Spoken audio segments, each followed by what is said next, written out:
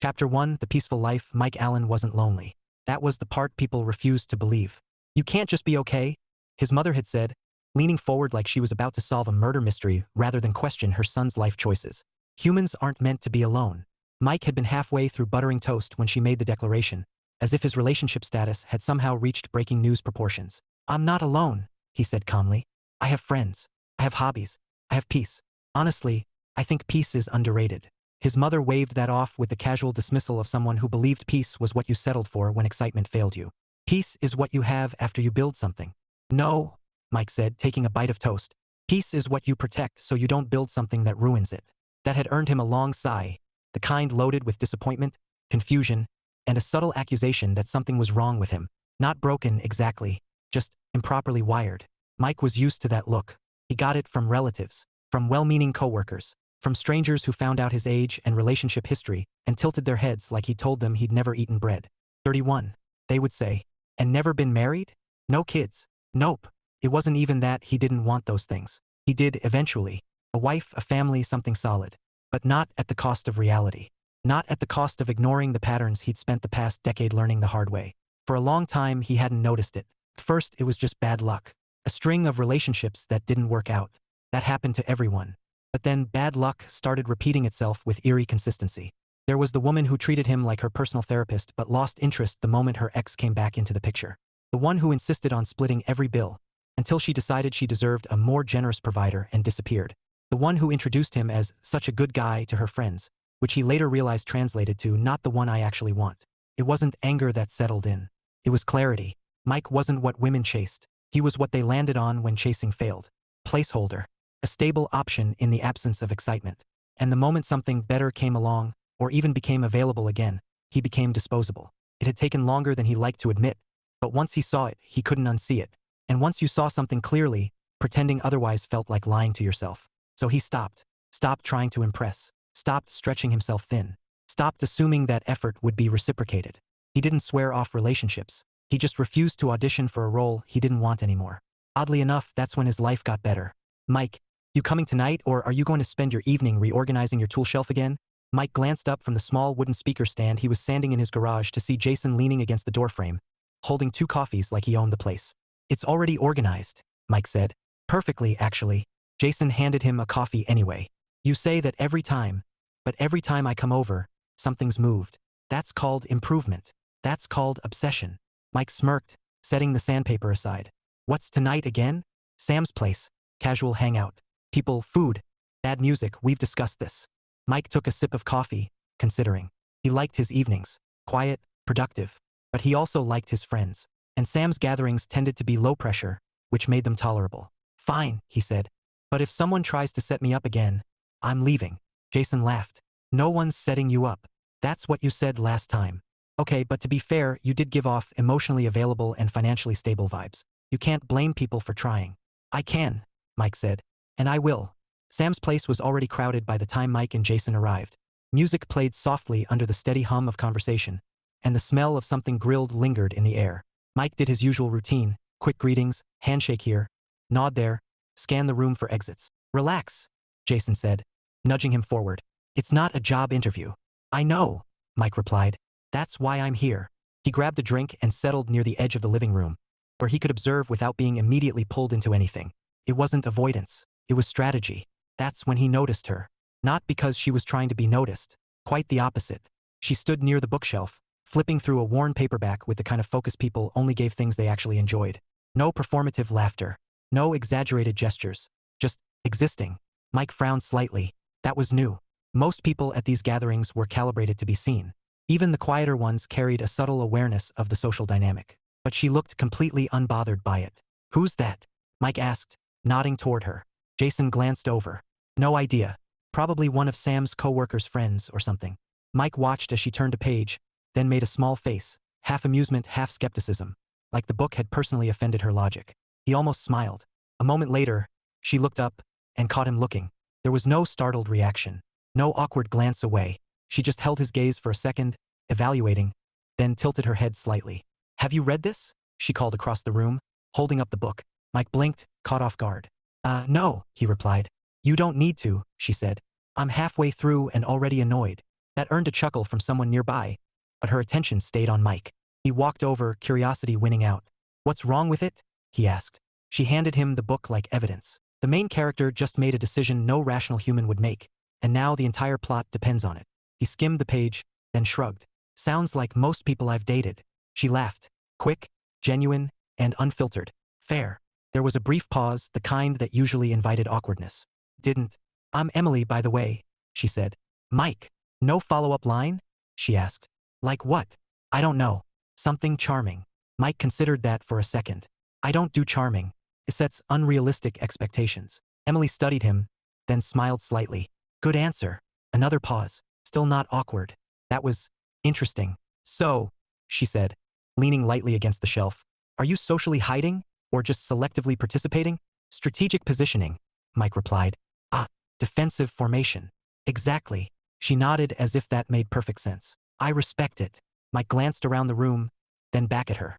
"You don't seem very engaged either." "I came for Sam," she said. "The rest is bonus content." "Same." They exchanged a look, brief but understanding. It wasn't flirtatious. Not quite.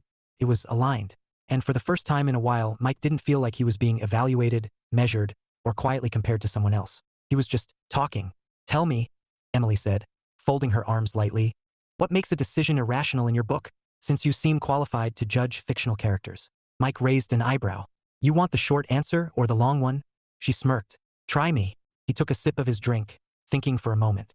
"Any decision that ignores consistent patterns in favor of wishful thinking," he said. "Especially when the consequences are predictable." Emily's expression shifted just slightly. Not defensive. Not dismissive. Thoughtful. "That's annoyingly reasonable," she admitted. "I've had practice." "With bad decisions?" she asked. "With recognizing them," he corrected. She held his gaze a second longer this time. "Good," she said quietly. "That's rarer than it should be." Somewhere across the room, Jason shouted Mike's name, probably about something irrelevant. For once, Mike ignored it, because for the first time in a long time, the conversation in front of him didn't feel like a transaction. It felt like possibility, and he wasn't in a hurry to define it. He just wanted to see where it went. Chapter 2, Unexpected Reencounter. The thing about unexpected meetings was that they only felt significant later. At the time, they passed as coincidence, mundane, even forgettable. Mike didn't consider the possibility of significance when he pushed open the door to Harper and Reed books 3 days later.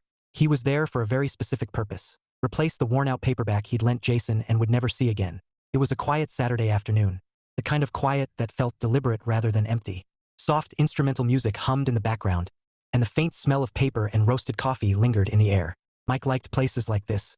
No expectations. No performances. Just people existing. He navigated toward the fiction section, scanning the shelves until he found the familiar spine of the book he was looking for. He reached for it, and paused, because 2 shelves down, someone was making that same half-amused, half-critical face he'd seen 3 nights ago. Mike leaned back slightly, confirming his suspicion. Emily. She stood with one hip angled against the bookshelf, reading the back cover of a novel like it had personally offended her before she'd even opened it. Mike watched for a second, then spoke. "Let me guess," he said, folding his arms loosely. "Irrational protagonist?" She didn't startle, didn't even look surprised. She just tilted her head, stayed focused on the book for a moment longer, then glanced at him. "Well," she said, "statistically speaking, it's a safe assumption." He nodded. "Fair." She slipped the book back onto the shelf. "Though in this case, it's worse. Worse. The premise itself is doing the heavy lifting," she said, "which means the characters will eventually collapse under the weight of it." Mike considered that. "That's oddly specific." "I read a lot," she said simply. "So you've built up a resistance. Or an intolerance," she countered. He smiled slightly. "Same thing, depending on your perspective." Emily shifted her stance, now fully facing him. "You didn't strike me as a bookstore regular." "I'm not," Mike said. "I'm here for damage control." "That sounds dramatic." "My friend steals books," he replied. "Not intentionally. He just absorbs them into his life and forgets they came from somewhere else." Emily laughed again, that same unfiltered, easy sound. "I respect the honesty," she said. "Most people would just say they're expanding their collection." "I would," Mike said. "But then I'd be lying to both of us." "Tragic," she said dryly. There was that pause again. And again it wasn't awkward. Emily gestured lightly toward the shelf. "So what are you replacing?" Mike held up the book. She glanced at the cover, then raised an eyebrow. "Ah," she said. "Optimistic. You've read it." "I've survived it." "That bad?" She hesitated, considering. "No," she said finally. "Not bad. Just Idealistic in a way that ignores human behavior. Mike leaned against the shelf opposite her. That's a polite way of saying unrealistic. I try to give authors the benefit of the doubt, she said. Why? Because writing something is harder than criticizing it, she replied. He nodded once. That's fair. A couple passed behind them, speaking in low voices. Somewhere near the front of the store, a barista called out an order. Mike glanced at her again. You come here often? He asked, then paused. That sounded like a line. It did, she confirmed. I didn't mean it that way. I know, she said, a faint smile tugging at the corner of her mouth. You don't really do charming. You established that. Good, Mike said. Glad that stuck. She folded her arms loosely. Yes, I come here often. It's one of the few places where people don't try to sell you a version of themselves. That's because they're too busy pretending to read philosophy, he said. Emily made a small thoughtful sound. Also valid. Mike shifted his weight slightly. So what do you actually read, besides books you don't approve of? She looked at him for a moment, like she was deciding how seriously to answer. Stories with consequences, she said, where decisions matter and characters don't get rewarded for doing the bare minimum. He nodded slowly. That's a high standard. Not really, she said. It's just uncommon. There it was again, that subtle alignment. Not agreement for the sake of connection. Not forced chemistry. Just overlap. Mike glanced at the shelf, then back at her. You ever find that in real life? She huffed a quiet laugh. You mean people facing consequences for their decisions? Yeah. Occasionally, she said. Mostly I see people avoiding them, or outsourcing them. Mike smirked. That tracks. Emily studied him, her expression sharper now. You sound like someone who's done the math. More like someone who finally stopped ignoring the results, he said. She nodded, accepting that answer without pushing further. That's rare too, she said. Apparently, he replied. They stood like that for a moment. Two people in a bookstore, both aware they could leave the conversation at any time, neither feeling the need to. It wasn't heavy. It wasn't intense. It was easy. Emily glanced toward the small cafe area near the window. I was about to get coffee, she said. You're welcome to join, but I should warn you. I'm very particular. Mike raised an eyebrow. About coffee? About most things, she said. He considered for exactly half a second. All right, he said. But if it's bad, I'm blaming you. That's a bold stance for someone who just admitted they don't come here often. I'm adaptable, he replied. Dangerous quality, she said, starting toward the cafe. Only if misused. They ordered, Emily asking precise questions about roast profiles and brewing methods, Mike watching with mild amusement. You weren't kidding, he said once they stepped aside. I never kid about coffee, she replied. Good to know where your standards lie. Coffee and character, she said. Everything else is negotiable. Mike chuckled. That's a quote. It's a guideline. They found a small table by the window. Sunlight filtered in softly, adding warmth to the already relaxed atmosphere. Mike took a sip of his drink, then paused. Okay, he admitted. This is actually good. Emily leaned back slightly. Of course it is. I was prepared to pretend, he said. I would have known. That's a concerning level of confidence. It's pattern recognition, she said. Ah, Mike said. Back to patterns. Everything comes back to patterns, Emily replied. People just don't like what they reveal. Mike rested his forearm on the table, studying her for a moment. You don't seem like someone who ignores them. I don't, she said simply. So why are you still reading books like that? He asked, gesturing vaguely toward the shelves. She smiled faintly. Because sometimes I want to see if I'm wrong. And, so far, she said, lifting her cup, I'm very consistent. Mike laughed quietly. That's reassuring and slightly disappointing. Depends on your expectations. They're low, he said. Good, she replied. Keeps things realistic. A comfortable silence settled between them. Not empty, just unforced. Mike realized something then. He wasn't trying. Not to say the right thing. Not to steer the conversation. Not to impress. He was just present. That hadn't happened in a while. Emily set her cup down. Can I ask you something? Sure. Why were you standing on the edge of the room the other night? She asked. At Sam's. Strategic positioning, he said. That's not a real answer. It is, he insisted. It's a deflection, she corrected. Mike considered that, then sighed lightly. Because I've learned that the moment I move too far into things, he said, people start expecting something from me that I'm not interested in offering. Emily didn't interrupt, didn't soften her expression either. She just listened. And what is that? She asked. Mike shrugged. Depends on the person. Tension. Validation. Effort that isn't reciprocated. Emily tapped her fingers lightly against her cup. And you're done with that, she said. Yeah, he replied. I am. She nodded once like she understood exactly what that meant. Good, she said. Mike blinked. Good. Yes, she said. People who don't set boundaries attract people who exploit them. That's direct. It's accurate, she said. He studied her for a moment. You don't seem surprised, he said. I'm not, she replied. Different pattern. Same outcome. Mike tilted his head slightly. Your turn, then. My turn. Why were you reading a book at a party? He asked. Emily smiled faintly. Because observing is more interesting than participating most of the time. And the other part? She met his gaze. Because I'm not interested in pretending I'm impressed by people who are trying too hard to be impressive. Mike let out a quiet breath, half amused. Yeah, he said. That tracks too. They held each other's gaze for a moment. Not in a charged way, but something quieter. More deliberate. Then Emily leaned back, shifting the tone just slightly. So, she said, what do you actually do when you're not analyzing human behavior in bookstores? Mike smirked. I build things. Vague. Woodworking mostly, he said. Furniture, small projects. Keeps my hands busy. Emily's eyes lit up, just a fraction, but enough to notice. That's practical, she said. And useful. I like useful, Mike replied. I can tell, she said. There was a lightness in her tone now. A shift. Not into flirtation exactly, but into something closer. Well, she said, glancing at the time. I should probably go before I spend the rest of the afternoon deconstructing fiction. Mike nodded, standing as well. Wouldn't want that. You might ruin the entire section. Already working on it, she said. They walked toward the door together, neither rushing. Outside, the air was cool and clear. Emily adjusted her jacket, then looked at him. This was unexpectedly enjoyable, she said. Yeah, Mike agreed. It was. Another small pause. This one felt different, like something could be said. Or not. Emily reached into her bag, pulled out her phone, then hesitated for just a second before holding it up. Do you want to continue this argument another time? She asked. Mike looked at the phone, then back at her. There was no pressure in her voice, no assumption, just an option. He smiled. Yeah, he said. I'd like that. Chapter 3 Friends, not prospects. Mike didn't text immediately. Not because he was playing a game, he'd grown out of that years ago, but because he didn't feel the urgency he used to associate with new connections. There was no impulse to capitalize on momentum. No internal voice warning him that if he didn't act quickly, the opportunity would disappear. That kind of thinking he'd learned led to compromises. Instead, he went home, finished the speaker stand he'd been working on, and made dinner without once checking his phone. It wasn't until he sat down later that evening, the quiet stretching comfortably around him, that he picked it up. Emily's number sat there, still new, still undefined.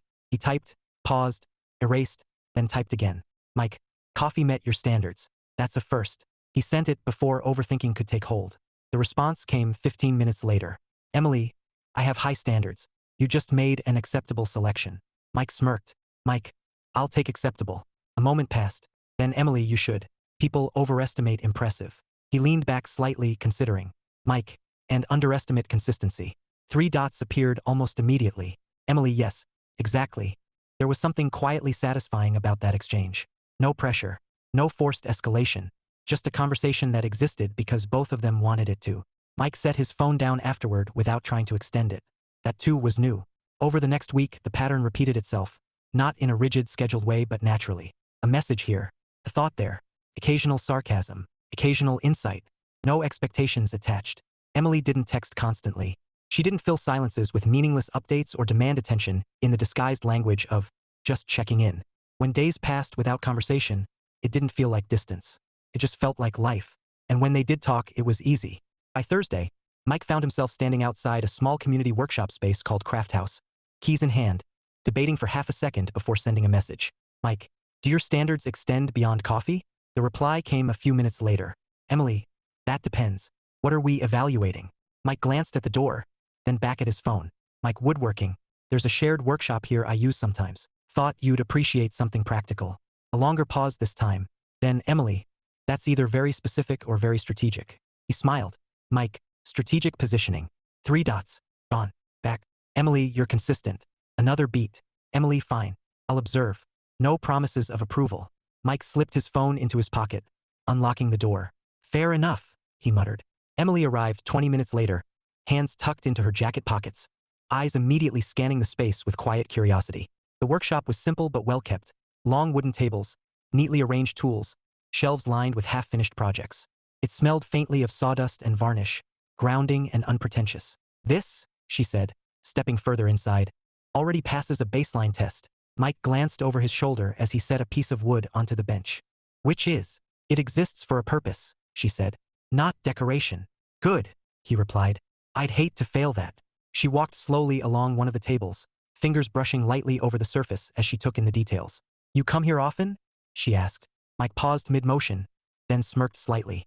That sounded like a line. I'm aware, she said, glancing at him. But this time I meant it literally. Yeah, he said.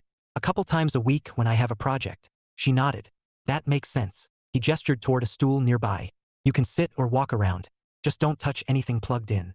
I'll try to restrain myself, she said dryly, taking the stool. For a while, there was no need to fill the silence. Mike worked, measuring and sanding with practiced efficiency. Emily watched, not passively, but with interest that felt genuine rather than performative. You don't rush, she said after a few minutes. Rushing ruins things, he replied. Most people rush, she noted. Most people redo things, he countered. She smiled slightly. Fair. Another stretch of quiet followed. Then, can I ask something? Emily said. Sure. Why invite me here? The question wasn't suspicious, just direct. Mike set the tool down, considering how to answer without making it something it wasn't. Because you said you value things that are real, he said. This is real. No performance, no presentation. Just what I do. Emily held his gaze for a moment, then nodded once. That makes sense. He picked up the tool again. Plus, you seemed like someone who wouldn't pretend to be impressed if you weren't. I wouldn't, she confirmed. Exactly. She leaned back slightly, watching him work again. You're not trying to impress me? She said after a moment. No, Mike replied. Why not? He shrugged. Because I'm not interested in being liked for the wrong reasons. That's unusually clear, she said. I've had practice. With recognizing patterns, she said. Yeah. Emily crossed one leg over the other. So what is this, then? Mike glanced at her. What is what? This? She said, gesturing lightly between them. We're spending time together, but you're not treating it like a date. Because it's not, he said simply. She raised an eyebrow. Good. I was hoping you'd say that. He blinked. You were. Emily nodded. I'm not interested in dating either. He leaned back against the table slightly, studying her. At all. Not like people usually mean it, she said. No scripts, no expectations, no roles you're supposed to play in the first hour. Mike exhaled quietly. Same. There was something in the way that words settled between them. Not agreement. Recognition. Emily tilted her head slightly. So what are we doing? Mike thought for a moment, then said, spending time with someone we don't find exhausting. She laughed short, genuine. That's a surprisingly high compliment. It's accurate, he said. She nodded. All right, I'll take it. A shift happened then, not dramatic, not obvious, but real. The unspoken pressure that often attached itself to interactions between men and women. Where is this going? What does this mean? What's expected next? Dissolved. Not completely, but enough. I should warn you, Emily said, watching him resume his work. I'm very opinionated. I've noticed, Mike said. And I don't filter much. That's also been established. And I don't do emotional maintenance for people I barely know. Mike glanced at her briefly. That's actually refreshing. She smirked. Good. Then we're aligned. He set the finished piece aside, running a hand over the smooth surface. What about you? She asked. Any disclaimers? Mike considered. I don't chase, he said. And I don't compete. Emily watched him closely. Meaning if someone's unsure about me, he said. I step back. I don't try to convince them. She nodded slowly. That eliminates a lot of unnecessary drama. Exactly. And if they come back, they usually do, he said. And by then, I'm no longer interested. Emily studied him for a moment longer than usual. Consistent, she said. Mike gave a small shrug. Patterns. She leaned forward slightly, resting her elbows on her knees. All right, she said. Then here's my proposal. Mike raised an eyebrow. That sounds serious. It's not, she said. Relax. He waited. We keep this simple, she continued. No dating framework. No expectations of progression. Just spend time when it makes sense. And when it doesn't? Mike asked. Then we don't, she said. He nodded slowly. That works. Emily tilted her head. No hesitation? He shook his head. No downside. She smiled faintly. I like logical decisions. I've noticed, he said. She stood then, stretching slightly. All right, Mike who doesn't chase. That's not my official title, he said. It is now, she replied. He chuckled. Dangerous. Only if you take it too seriously. They moved toward the door together a few minutes later, the workshop settling back into quiet behind them. Outside, the evening air carried a soft chill. Emily slipped her hands into her jacket pockets again. This was good, she said. Yeah, Mike agreed. It was. Another pause. But this one felt settled. Defined in its own way. Friends. Not prospects. Not possibilities waiting to be evaluated. Just two people who had no interest in pretending.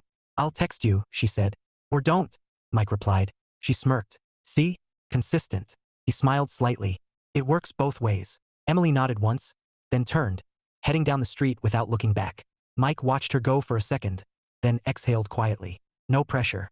No expectations. No performance. Just something simple. And for the first time in a long time, that felt like more than enough.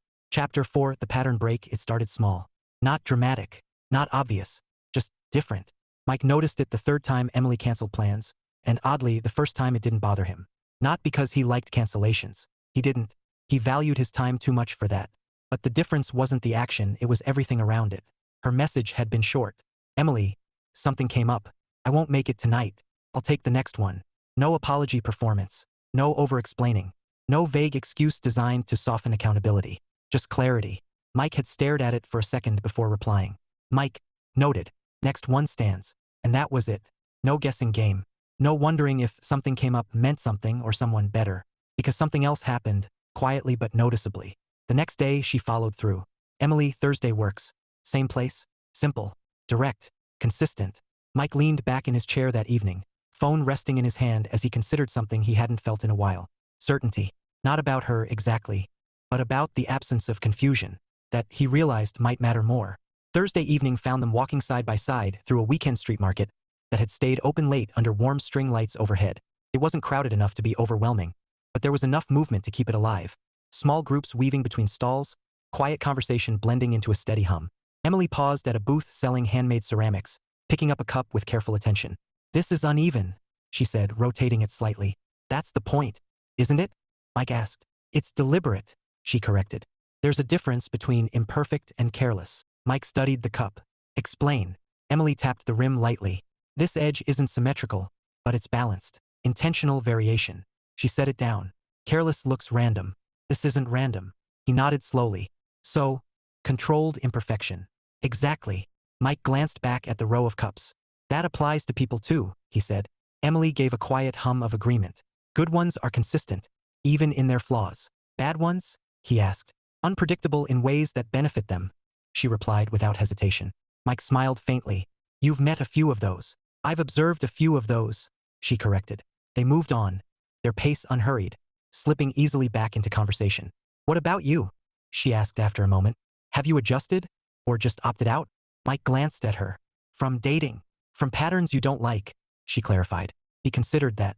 I stopped participating in them, he said. That's different from opt-out. Emily nodded slightly. Explain. I still meet people, he said. I just don't ignore what I see anymore. If someone shows me something consistent, I don't argue with it. Even if it costs you the outcome you wanted? She asked. Especially then, he said. She looked at him, studying him with that focused, evaluating expression she always seemed to carry just beneath the surface. That requires discipline, she said. Or exhaustion, he replied. She smiled faintly. Fair. They stopped at a food stand, the scent of grilled meat and spices cutting through the cooler evening air. Mike gestured toward the menu. Food passes your standards? Or are we risking disappointment? Emily tilted her head. High risk, moderate reward. Acceptable odds, he said. They ordered, finding a small standing table off to the side. For a few minutes, conversation gave way to quiet appreciation of food that turned out to be better than expected. That's surprising, Emily admitted. Careful, Mike said. You're setting a precedent. I don't mind being wrong when it benefits me, she replied. He chuckled. That's a healthy outlook. She wiped her hands with a napkin, then leaned lightly against the table. You haven't asked me anything, she said. Mike raised an eyebrow. That's not true. Not about me, she said. Not really. He considered that. You haven't offered much to ask about, he said. That's intentional. I assumed. Emily studied him again. Most people push past that. I'm not most people, he said simply. No, she agreed. You aren't. There was no flattery in it. Just observation. So why not? She asked. Why not push? Mike leaned back slightly, folding his arms loosely. Because information given freely is more accurate than information extracted under pressure, he said. Emily's expression sharpened slightly, like a piece of information had clicked into place. Patterns, she said. Patterns, he echoed. She nodded once. All right, then here's something freely given. Mike didn't interrupt. I don't date men who are trying to prove something, she said. To themselves or to me. That narrows the field, he replied. Good, she said. He watched her for a moment. Why? Emily shrugged lightly, but there was intention behind it. Because people who are trying to prove something aren't present, she said. They're performing toward a result. Mike nodded. And you're not interested in being the result. Exactly. Fair, he said. She tilted her head slightly. What about you? What about me? What are you not interested in? Mike didn't answer immediately. Not because he didn't know, but because he wanted to get it right. I'm not interested in being someone's recovery plan, he said finally. Or their safe option after something else didn't work. Emily didn't react dramatically.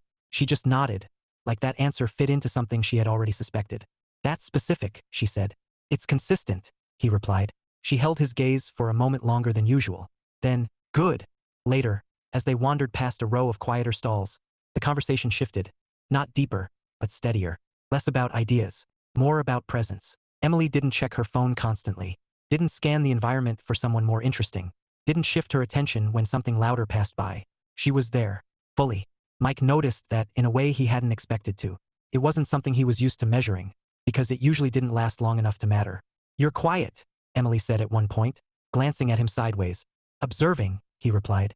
Dangerous habit. Useful habit, he corrected. She smirked slightly. And what have you observed? Mike hesitated just long enough for the answer to matter. That you haven't contradicted yourself, he said.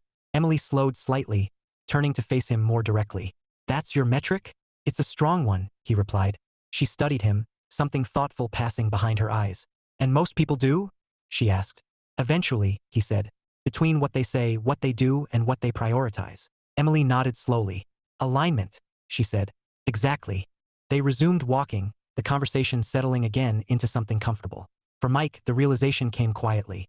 There were no mixed signals, no subtle tests, no shifting expectations, just consistency, not perfection, not idealization, but coherence. He wasn't trying to decode anything. And more importantly, he didn't feel like he needed to. As they reached the end of the market, where the lights thinned and the street opened into something quieter, Emily stopped.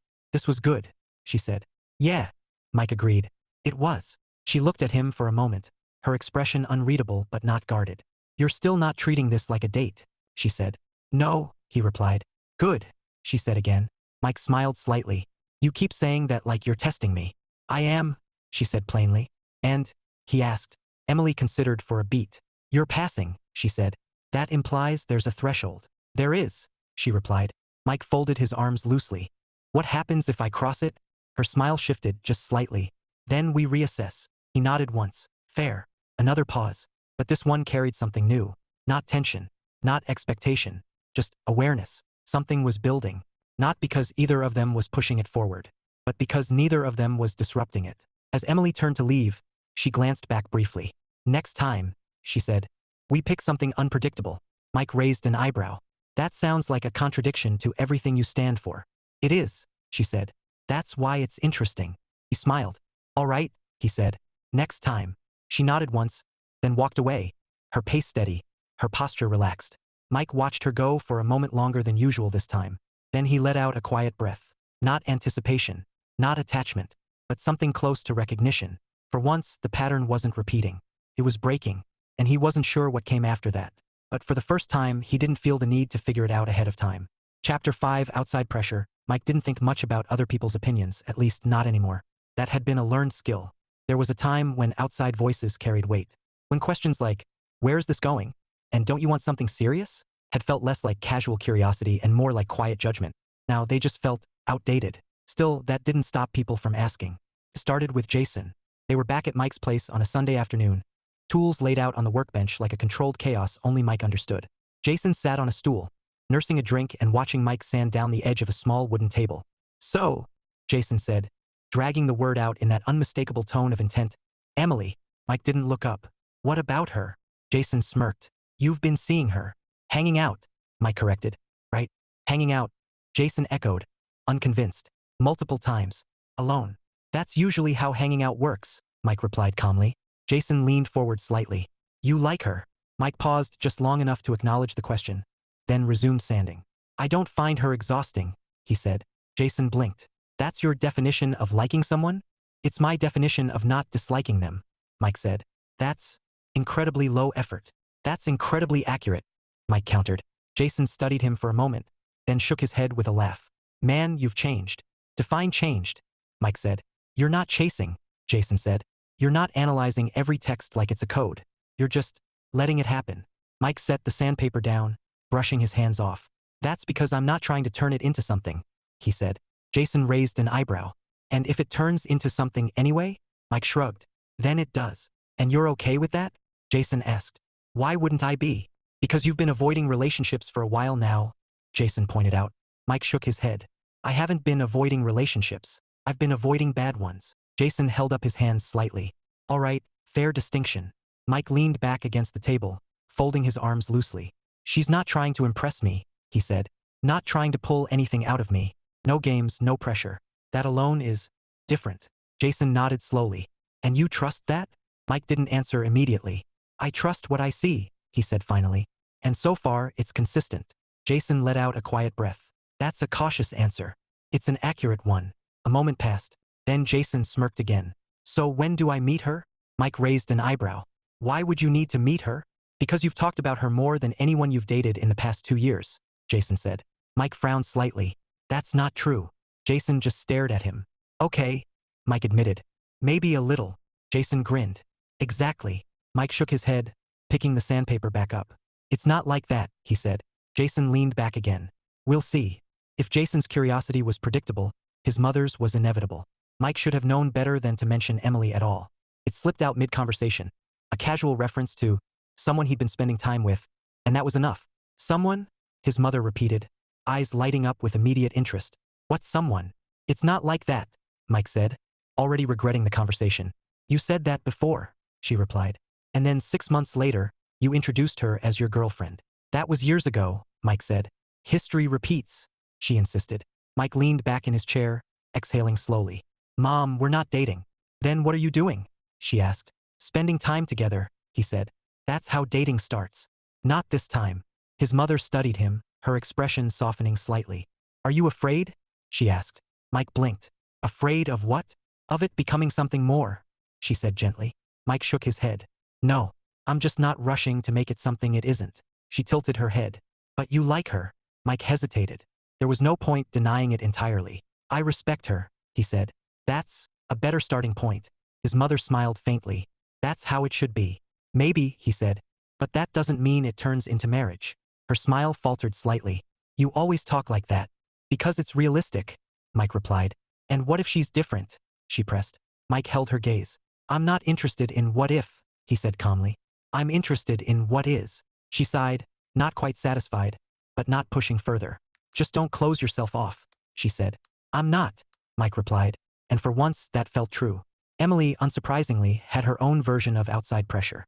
They were sitting on a low wall near the edge of a park later that evening, the last light of sunset fading slowly into something cooler. Apparently, I'm too comfortable, she said, taking a sip from her bottle of water. Mike glanced at her. That's a criticism? It is when people think comfort leads to complacency, she said. Who said that? He asked. A friend, she replied. She thinks I should be more intentional about relationships. Mike smirked slightly.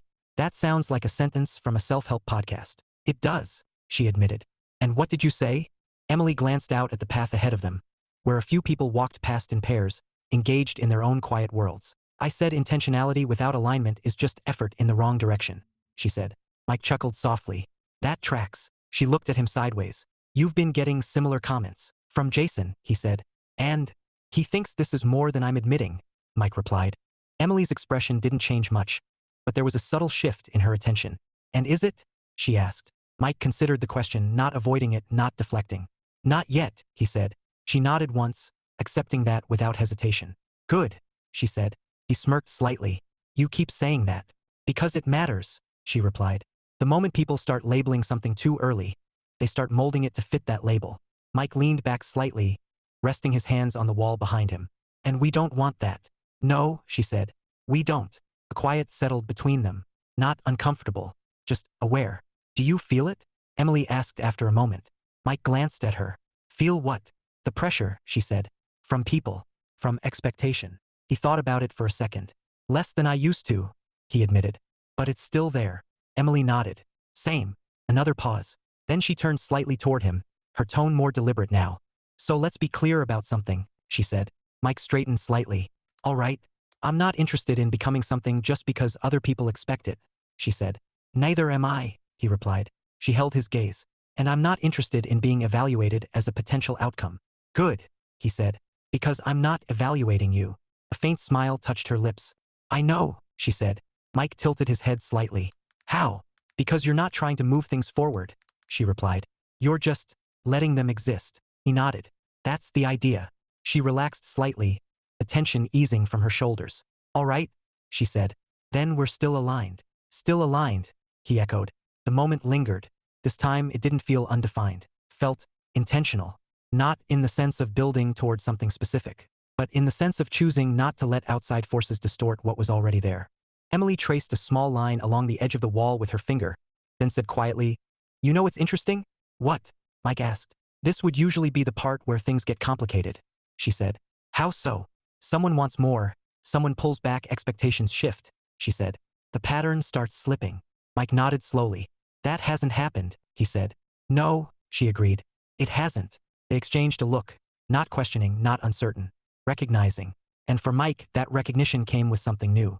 Not caution, not skepticism, something quieter, but more steady. Trust, not blind, not automatic, but earned in small, consistent moments. You realize, he said, a hint of humor returning to his voice, we're probably disappointing a lot of people by not making this dramatic. Emily smirked. That's their problem. Agreed. She slid off the wall, standing. Well, she said, brushing off her hands. We should probably maintain expectations by continuing to do absolutely nothing about this. Mike pushed himself upright as well. Sounds like a solid plan. Consistency, she said. Consistency, he echoed. They walked together for a short distance before the path split.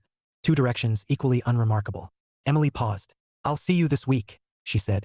Or you won't, Mike replied. She smiled slightly. We'll see. Then she turned and walked away, unhurried, unchanged. Mike stood there for a moment longer. He could already hear the questions waiting for him. From Jason. From his mother. From anyone who needed things to fit into a familiar shape. But for once, those questions didn't matter. Because whatever this was, it wasn't being pulled forward. It wasn't being forced. It wasn't being shaped by expectation. It was simply holding.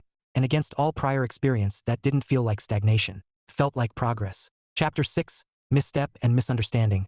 It happened on a Thursday, which in itself meant nothing. There was no dramatic buildup, no ominous shift in tone, no obvious sign that anything was about to fracture. If anything, the day had been predictably calm: work, errands, a quick stop at the store on the way home. Mike had just finished putting groceries away when his phone buzzed. Jason. He almost ignored it but answered anyway. Yeah. You busy? Jason asked. Not really. Come out, Jason said. We're at Reed's. Mike frowned slightly. We. A few people. Come by. Mike hesitated. He wasn't in the mood for noise, for conversation that required energy rather than offered it. But something in Jason's tone, not urgent, not casual either, held his attention for a second longer. All right, Mike said. I'll stop by. Reed's was louder than Mike would have preferred. Not overwhelming, but busy enough that conversations blended into a constant hum. Music pulsed in the background, barely drowned out by laughter and raised voices. Mike spotted Jason near the bar almost immediately, and then just past him, Emily. She was standing with a small group, her posture relaxed, one hand loosely holding a drink as she listened to someone speak. There was a faint smile on her face, not exaggerated, not forced, but present. Mike slowed for a fraction of a second. Not because she was there, because of who she was standing with. A man, maybe mid-30s, well put together, animated in that easy, confident way that drew attention without needing to demand it. He leaned slightly toward Emily as he spoke, his tone clearly engaged, his focus unmistakably directed at her. And Emily, she didn't pull away. She didn't lean in either. She just stayed, listening, present, consistent. Mike felt something shift. Not jealousy. He didn't jump to conclusions like that anymore. But something familiar flickered at the edge of his reasoning. He walked over anyway. Jason waved him in immediately. There he is. Hey, Mike said, keeping his tone casual. Emily glanced over at the sound of his voice. No surprise. No sudden change in expression. Just acknowledgement. Hey, she said, calm as ever. Mike nodded once. Then the man beside her turned slightly. This is Ryan, Emily said, gesturing lightly. We used to work together. Ryan extended a hand. Mike, right? Mike shook it. Yeah. Emily's told me very little about you, Ryan said with an easy grin. That sounds accurate, Mike replied. Ryan laughed. Fair enough. The conversation drifted from there, nothing substantial, nothing revealing. Just surface-level exchanges layered over the existing dynamic. But Mike didn't miss details. He watched the way Ryan naturally occupied space, confident, effortless. He watched the way others responded, subtle shifts in attention, slight adjustments in posture. And he watched Emily, not for what she said, for what she didn't change. She wasn't trying to impress Ryan. She wasn't trying to impress anyone. But she was engaged. And that mattered. Not because it meant something had changed, but because Mike had seen this pattern before. Different faces, same sequence. Step 1, consistency. Step 2, introduction of something more exciting. Step 3, subtle shift. Step 4, slow redraw of priorities. He didn't feel the need to wait for the rest. That was new. Hey, Emily said quietly, slipping beside him as the group conversation shifted away. Mike glanced at her. Hey, you look like you're analyzing something, she said. Habit, he replied. She studied him for a second. What are you seeing? Mike considered answering honestly, then didn't. Nothing new, he said. Emily leaned against the bar lightly, facing him. That's not specific, she said. It doesn't need to be, he replied. Pause. Brief. Not yet sharp. You're pulling back, she said. It wasn't an accusation, just observation. Mike looked at her for a moment. Am I? He asked. Yes, she said. He nodded once. Then I probably am. Emily frowned slightly, not confused, but recalibrating. Why? Mike exhaled quietly, resting his hand against the bar. Because I've seen how this plays out, he said. Her expression sharpened. That's vague. It's intentional, he replied. She straightened slightly. Don't do that. Do what? Decide something without saying it, she said. Mike held her gaze. You're engaged with someone more interesting, he said calmly. That's fine. Emily blinked. What? I've seen the pattern, he continued, his tone even. It doesn't require a full explanation. Her brows drew together slightly, confusion giving way to something firmer. That's not what's happening, she said. Maybe not yet, Mike replied. The moment shifted. Not loudly, but definitely. You don't get to fill in blanks with assumptions, Emily said, her voice steady, but sharper now. I'm not filling in blanks, Mike said. I'm recognizing repetition. You don't know him, she said. I don't need to, Mike replied. And you don't know what I'm doing, she added. I know what I've experienced, he said. And I'm not your past, she said, her tone tightening just slightly. Mike didn't respond immediately. He wasn't angry. He wasn't defensive. He was already stepping back. I'm not saying you are, he said. I'm saying I'm not interested in finding out the hard way if you're not. Emily stared at him for a second, something unreadable passing behind her eyes. That's it, she said. You just decide and walk away? I don't walk away, Mike said. I step back. That's the same thing, she said. No, he replied quietly. It's earlier. The weight of that settled between them. For a moment, neither of them spoke. Around them, the noise of the bar continued. Laughing, talking, movement. But it felt distant now, like it belonged to a separate space. Emily let out a slow breath. You're wrong, she said. Mike nodded once. That's possible. And you're still doing it anyway, she added. Yes. Her jaw tightened slightly. Then what's the point of any of this? She asked, gesturing faintly between them. Mike met her gaze. The point was that it made sense while it did, he said. And now it doesn't? Now it's unclear, he replied. And I don't invest in unclear. Emily shook her head slightly, more in disbelief than frustration. You didn't even ask, she said. I don't interrogate people about their intentions, Mike said. If I have to, something's already off. She studied him, searching for something, hesitation, maybe, or doubt. She didn't find either. That's a convenient way to avoid being wrong, she said. It's an efficient way to avoid being in the wrong situation, he replied. Another pause. Longer this time. He expected her to push again. She didn't. Instead, she stepped back slightly. Not dramatically. Just enough. All right, Emily said, her voice returning to something quieter, more controlled. Then step back. Mike nodded. I will. She held his gaze for half a second longer. Then she turned. Not sharply. Not emotionally. Just decisively. And walked back toward the group. Mike stayed where he was for a moment. No rush. No reaction. Just stillness. Then Jason appeared beside him. What happened? He asked under his breath. Mike glanced at him, then back at the room. Nothing, he said. Jason frowned. That didn't look like nothing. Mike picked up his drink, taking a slow sip. It's just clearer now, he said. Jason looked between him and Emily across the room. Clearer how? Mike set the glass down. Patterns don't need to finish to be recognized, he said. Jason opened his mouth to respond, then closed it again. Because something in Mike's tone made it clear, this wasn't a moment. It was a decision. Later that night, Mike walked home alone. No rush, no regret, just the steady rhythm of his thoughts settling back into place. He didn't feel angry, didn't feel betrayed, just resolved. Because from his perspective, this wasn't new. It was familiar, predictable, and stepping back early wasn't loss. It was discipline. Still, as he unlocked his door and stepped inside, something lingered. Not doubt, not quite, but a question he didn't usually entertain. What if, just this once, he had read it wrong? Mike closed the door behind him, quiet filling the space again. He didn't answer that question, because he'd learned something long ago. Waiting for answers you couldn't verify in real time was how you got pulled back into patterns you already understood. He set his keys down, exhaled slowly, and let the silence return, even if it wasn't quite as comfortable as it had been before. Chapter 7: Confrontation and Clarity. Mike went 3 days without reaching out. Not as a tactic. Not as silence meant to provoke a response. Just as a continuation of what he had already decided. He moved through his routine the same way he always did: work, the workshop, time with Jason, quiet evenings that usually settled into a steady calm. But something was off. Not dramatically. Not enough to disrupt anything. Just enough to notice. The silence wasn't uncomfortable. It just wasn't as complete as it had been before. He found himself reaching for his phone once or twice. Not to text, but out of habit that hadn't fully faded yet. Each time he caught it, set the phone back down, and continued what he was doing. Discipline, he reminded himself. Consistency. Patterns. By the 4th day, he stopped expecting anything to break the quiet. That's when it did. He found her outside the workshop. Not by accident. Emily wasn't the type to drift into places coincidentally. She was sitting on the low concrete ledge near the entrance, one foot resting against the edge, arms loosely folded. A small paper cup sat beside her, long since ignored. She didn't stand when he approached, didn't wave, just looked at him as he walked up, steady and direct. Mike! He stopped a few feet away. Emily. No tension in the greeting, but no ease either. Just precision. I figured you'd come here today, she said. I usually do, he replied. I've noticed. He nodded once. What's up? Emily didn't answer immediately. She watched him carefully, like she was weighing not just what to say, but how much of it mattered.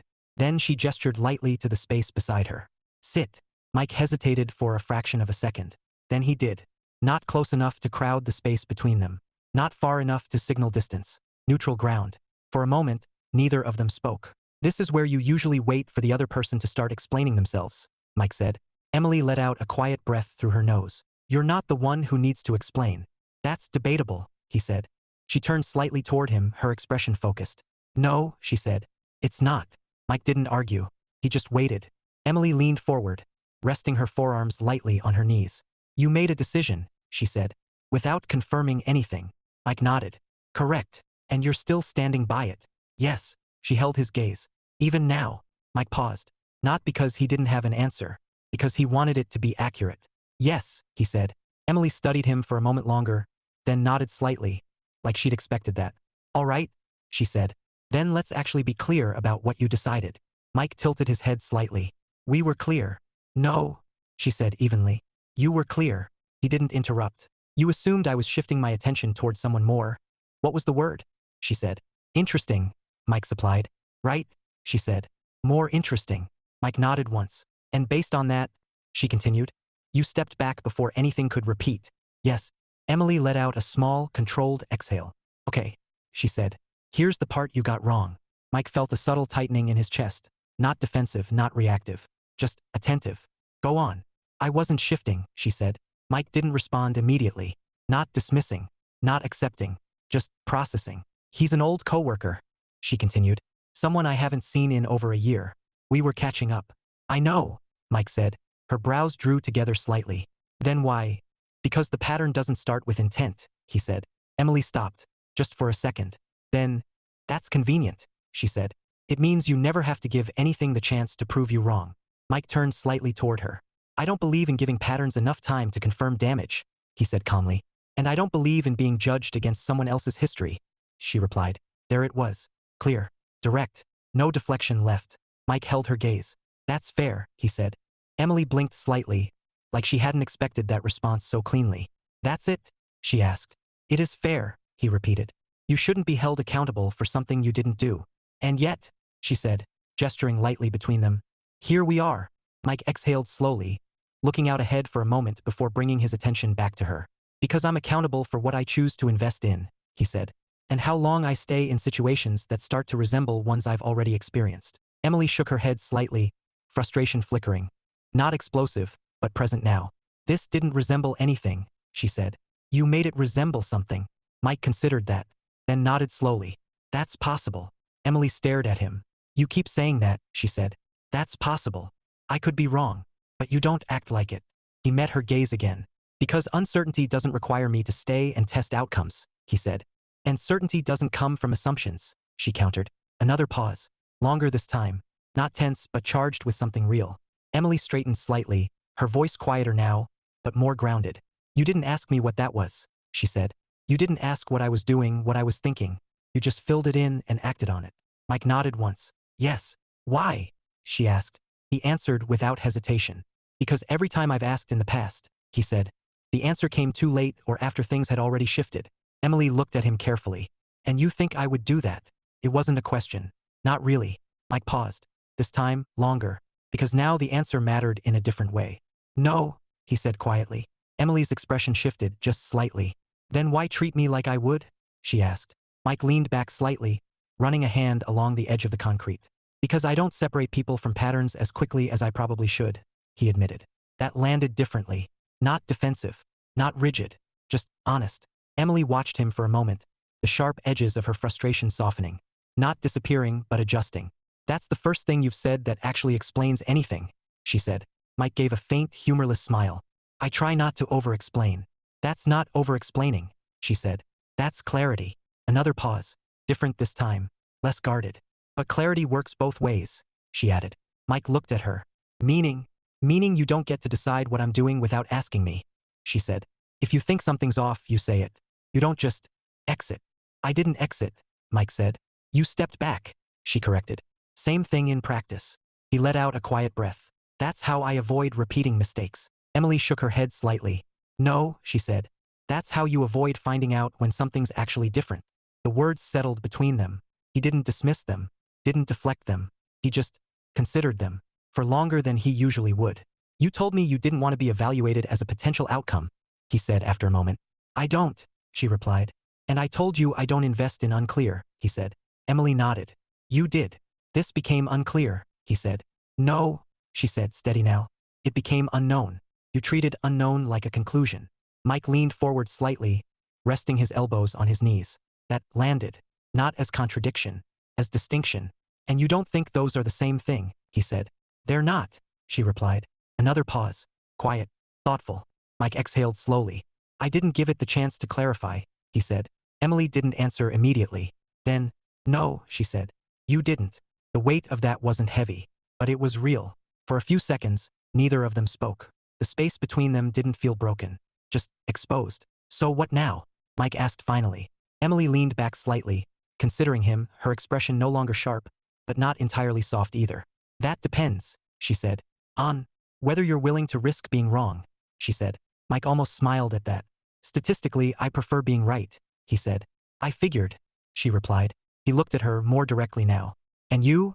He asked. Are you willing to risk me being right? Emily held his gaze. Yes, she said. No hesitation. No deflection. Just, yes. That was new. Mike nodded slowly. All right, he said. Emily tilted her head slightly. That's it. That's it for now, he replied. She watched him for another second, then let out a small breath that almost resembled a laugh.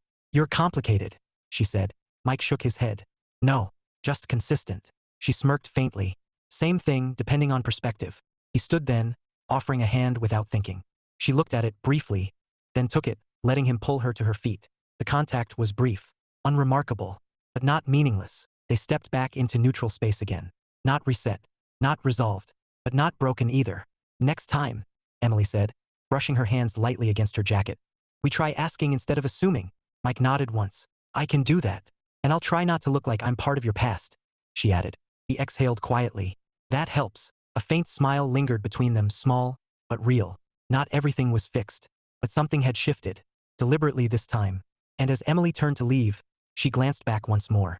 Mike, yeah, you're still wrong, she said. He almost smiled. Possibly, he replied. And for the first time since that night, that felt like something worth finding out.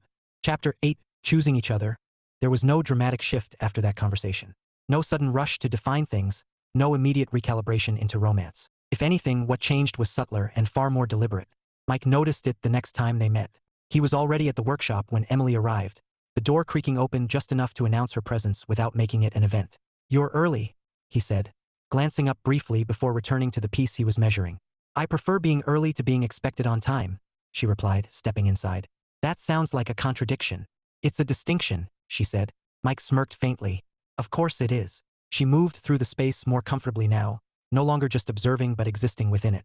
She rested her hand lightly on the edge of the main table, watching him work, not as an outsider evaluating, but as someone who had chosen to be there again despite every tea. Not because it was easy, because it made sense. So, she said after a moment, are we doing this differently? Mike set the measuring tape down and turned toward her. Yeah, he said. We are. She studied him, not skeptically but carefully. Define differently. He leaned back against the table slightly, folding his arms. I ask instead of assume, he said.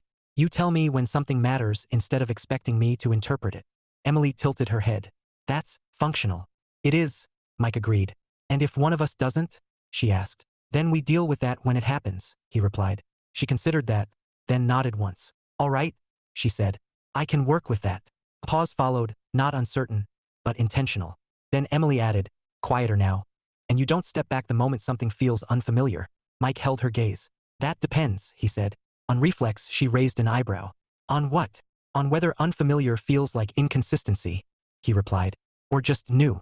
Emily watched him for a second longer than usual, something thoughtful settling into place. And you're willing to find that out instead of deciding early, she said. He exhaled quietly. Yes, it wasn't a grand declaration. It didn't need to be, but it was a shift, a deliberate one. Emily's shoulders relaxed slightly. Not in relief, exactly, but in acknowledgement. Good, she said. This time, when she said it, it carried weight. Because it wasn't about maintaining distance anymore. It was about choosing to stay. They didn't label it. They didn't need to. But over the next several days, something changed in how they moved around each other. Not more intense, more precise. Mike found himself asking questions he would have ignored before. Not invasive ones, not probing but clarifying. Are you meeting him again? He asked casually one evening as they walked along a quiet street lined with dim storefront lights. Emily glanced at him, her expression neutral but not guarded. Ryan. Yeah. She shook her head. No. He nodded once. All right. She studied him for a second. That's it. That's it, he said. You're not going to overanalyze that? She asked. I asked, Mike replied. You answered. That's new, she said. It's efficient, he corrected. Emily smiled faintly. I like efficient. And on her side, she offered context without being asked. Not explanations. Not justifications. Just clarity. He's not someone I'd build anything with, she said in passing later that night. Her tone casual but intentional. Mike glanced at her. I didn't ask that, he said. I know, she replied. A small pause. Still matters, she added. Mike nodded slowly. Yeah, he said. It does. That was new too. Not because of the content. Because of the choice to offer it. Not out of obligation. Out of alignment. It didn't take long for those around them to notice the difference. Jason was the first to say it out loud. You're different, he said, leaning against Mike's kitchen counter as Mike poured coffee. Mike frowned slightly.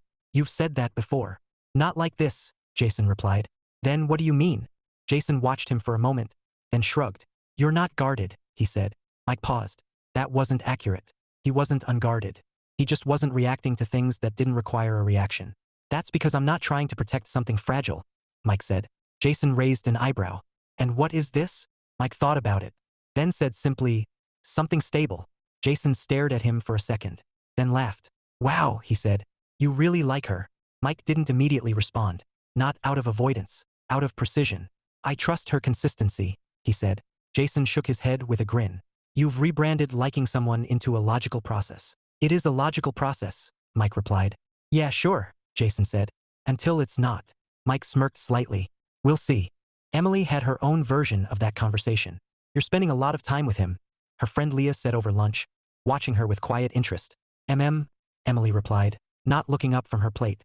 And, Emily glanced at her. And what? Leah leaned forward slightly. You don't do a lot of time without a reason. Emily considered that, then nodded. That's fair. Leah blinked. You're not denying it?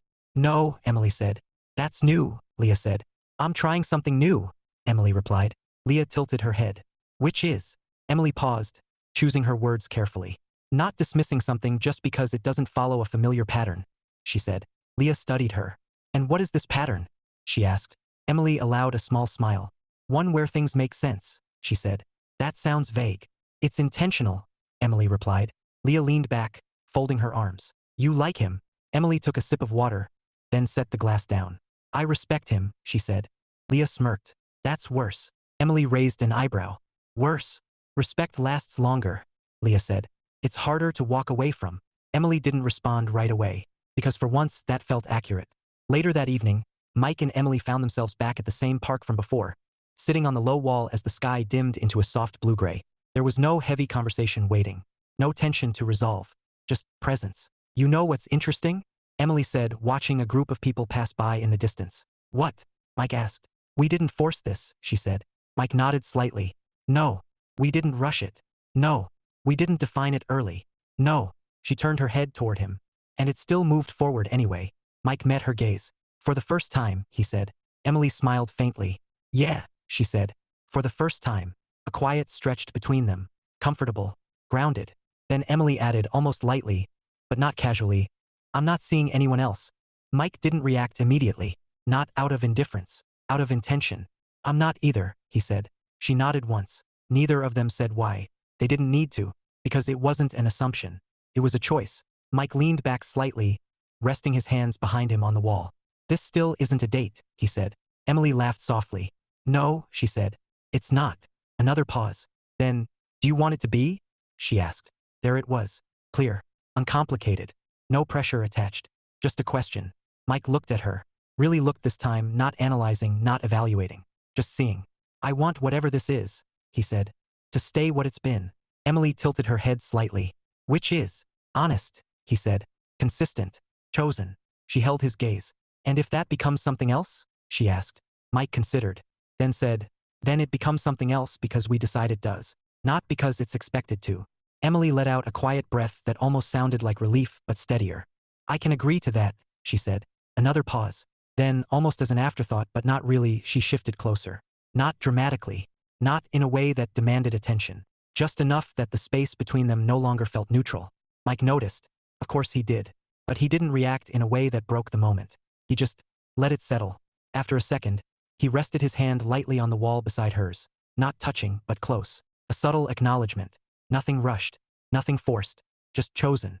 Emily glanced down briefly, a faint smile pulling at her expression. Look at us, she said quietly. Being reasonable. Mike smirked. It's a new experience. She laughed softly. And in that quiet space, under dimming light and without expectations pressing in, they didn't fall into something. They didn't drift into it. They chose it. Deliberately. Together. Not because they didn't have other options, but because, for the first time, neither of them wanted anything else. Chapter 9. Not a consolation prize. Mike didn't notice the moment it changed. Not because it wasn't there, but because, for once, change didn't arrive wrapped in intensity or confusion. It didn't rush in demanding attention or forcing interpretation. It settled. Quietly. Naturally. And by the time he recognized it, it had already been consistent long enough to matter. It was a Saturday morning when it hit him. Nothing significant had happened. No defining conversation. No dramatic turning point. He was in his kitchen, making coffee the same way he always did, measured, deliberate, routine. His phone sat on the counter. Not checked. Not anticipated. Just there. That, he realized, was different. Because in the past, when something started to matter, it came with a certain edge. Awareness sharpened. Attention narrowed. He would have found himself waiting subtly, but unmistakably, for the next interaction. Not this time. This time there was no waiting. Only certainty. Not about the future, but about the present. His phone buzzed. He glanced at it. Not quickly, not because it interrupted anything important. Just because it was part of the moment. Emily, Farmer's Market. 10 minutes. Don't be late. Mike looked at the message. No question. No, are you free? No pretense. Just direction. He almost smiled. Mike, you're assuming I wasn't already on my way. A pause. Then Emily, you weren't. He grabbed his keys. The market was busier than usual. A steady flow of people moving between stalls stacked with fresh produce, baked goods, handcrafted items. Mike spotted her before she saw him.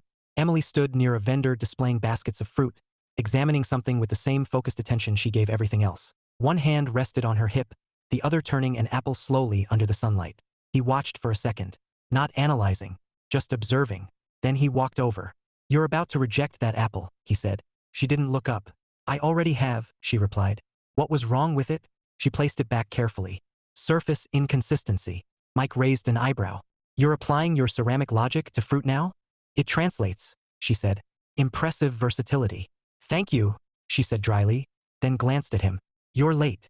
By 30 seconds. That's late. Mike glanced at his watch.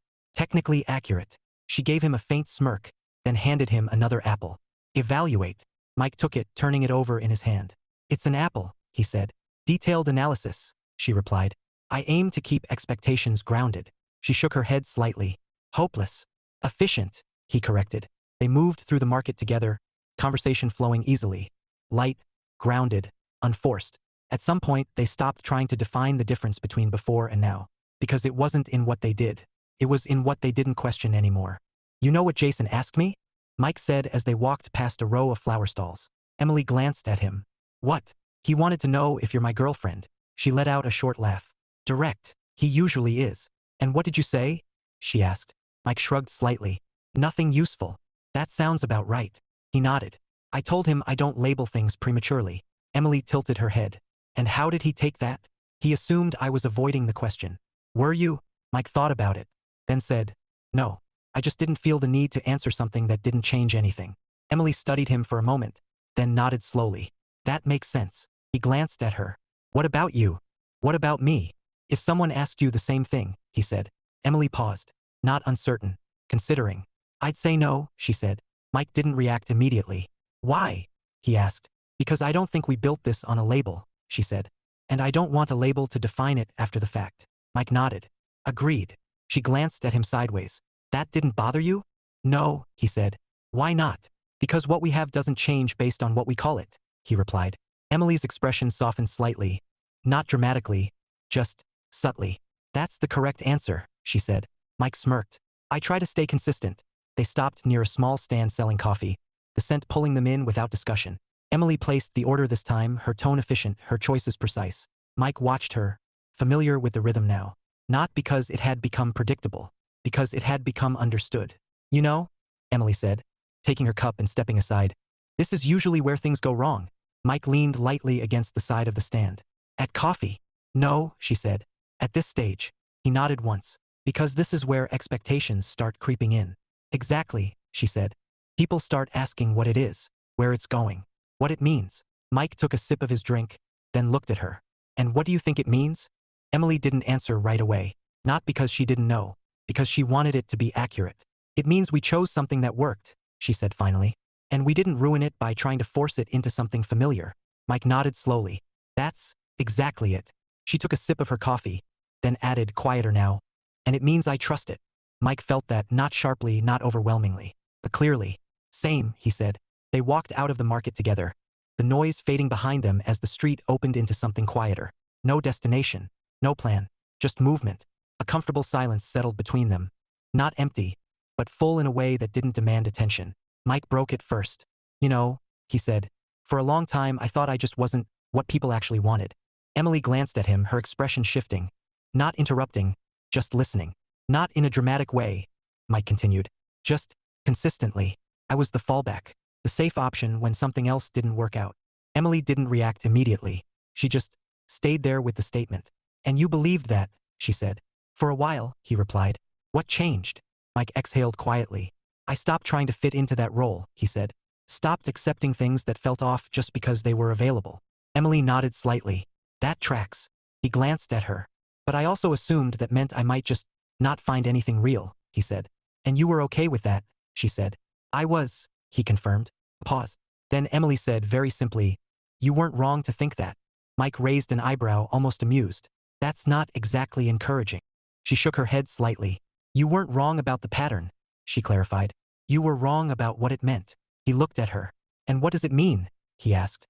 That you hadn't met someone aligned with you, she said. Not that you weren't someone people wanted. The words didn't land like a reassurance. They landed like a correction. Precise. Measured. True. Mike let out a quiet breath. Yeah, he said. That makes more sense. Emily met his gaze. You weren't a placeholder, she added. You just weren't selected by the right people. Mike chuckled softly. That's a better framing. It's the accurate one, she said. Another silence. But this one carried something deeper. Recognition. Not of possibilities. Of reality. As they reached the end of the street, where the path naturally split again, Emily slowed. So, she said, glancing at him. What happens now? Mike stopped beside her. He didn't answer right away. Not because he didn't know. Because he wanted to be clear. Now, he said, we keep doing exactly what we've been doing. No changes, she asked. No unnecessary ones, he replied. She tilted her head slightly. And the necessary ones? We'll know when they matter, he said. Emily studied him for a second longer, then nodded. All right, she said. Another small pause. Then, for what it's worth, she added. This isn't something I would have chosen before. Mike raised an eyebrow. Why not? Because it doesn't follow any of the usual signals, she said. No rush, no intensity, no pressure. And now, Emily's expression shifted just slightly, but enough. Now I think those were the wrong signals, she said. Mike almost smiled. Yeah, he said.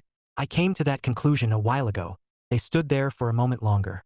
Not waiting, not hesitating, just finishing the moment. Then Mike spoke, quiet but certain.